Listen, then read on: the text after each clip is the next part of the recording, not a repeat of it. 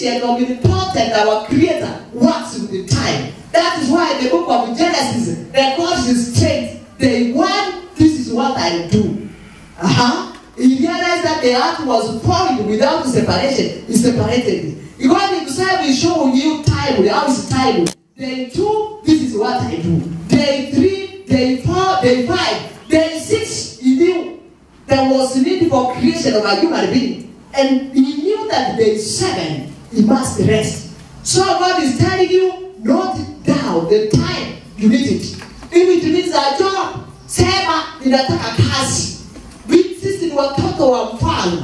Biblia inanena wazi ya kwamba sisi ni watoto wa mfalme. Sisi ni uzao uteule. We are a peculiar people from a royal priesthood family. Ikiwa wewe ni mtoto wa mfalme, and when you are specific with what you want, unapotaja mara moja, kwa sababu wewe ni mtoto wa mfalme, hakuna mwingine utapitia ya kupatia. You go straight. You have the right. You have the passport. You have the password. You have the key. Kazi yako ni kufungua mbinguni patakatifu. Na chochote kile unahitaji ni chako. Ni chako na Mungu anakupatia. Kwa hiyo I want to encourage you youths, note it down what you want and by when. Number 2, how can you develop the